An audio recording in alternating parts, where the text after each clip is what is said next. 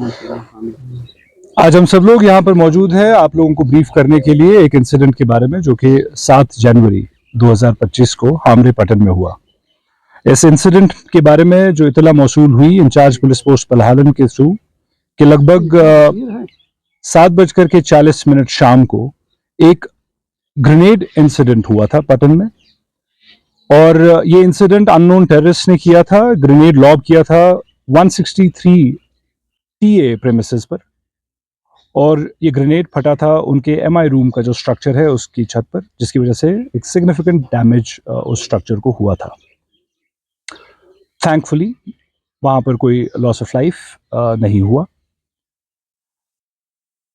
मौका वारदात पर जो भी सबूत फराहम हुए, जिसकी टेक्निकल और इलेक्ट्रॉनिक एविडेंस जिसमें शामिल थी, उसकी बिना पर और एक थरो एनालिसिस करने पर सिक्योरिटी फोर्सेस के साथ मिल करके बारामूला पुलिस ने इन्वेस्टिगेशन शुरू की।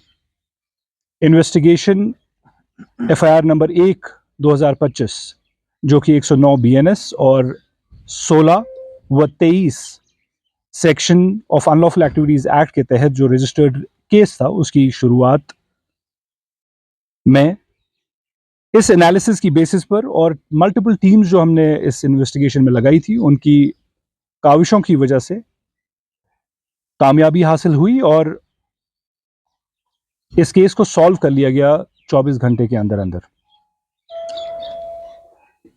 3 इंडिविजुअल्स इसमें अरेस्ट हुए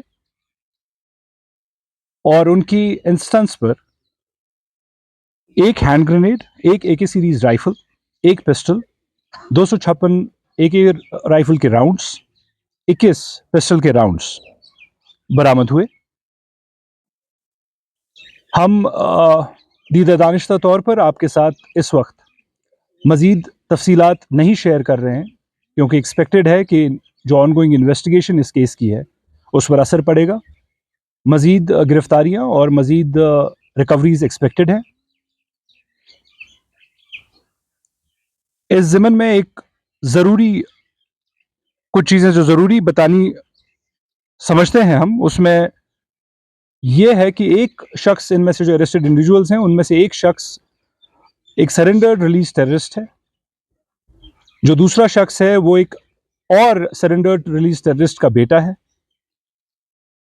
और जो थर्ड इंडिविजुअल है जो कि इसका मास्टरमाइंड लगता है, वो पिछले 2 साल से एक नार्को टेरर केस में अपनी अरेस्ट से भागने की कोशिश में था और अपना इलाका छोड़ करके कहीं और रह रहा था।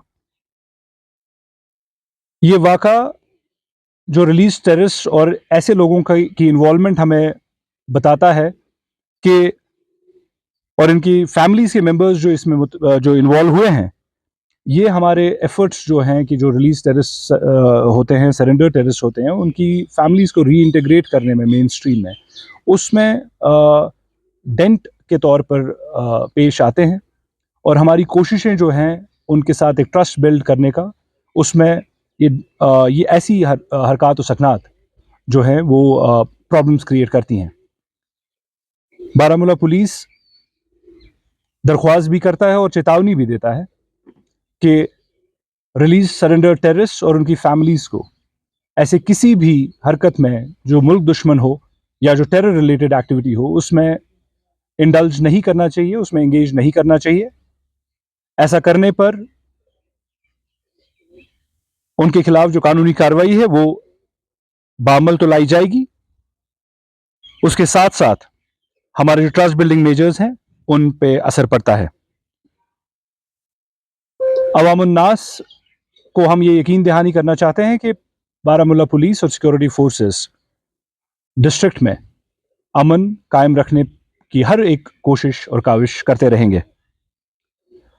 हम शुक्रिया अदा करना चाहते हैं इस वक्त डिस्ट्रिक्ट पुलिस सोपोर का, डिस्ट्रिक्ट पुलिस बांडीपुर का, 52 राष्ट्रीय राइफल्स का और बाकी सिक्योरिटी फोर्सेस का, जिन्होंने हमारे साथ ताउन किया और हमारा साथ दिया इस पूरे केस को क्रैक करने में और इन लोगों को गिरफ्तार करने में। हमारी तरफ से हम उनका भी शुक्रिया करना चाहते हैं जो सिविलियंस हैं और जिन्होंने हमारी मदद की थी इस केस को सॉल्व करने में। बहुत-बहुत शुक्रिया।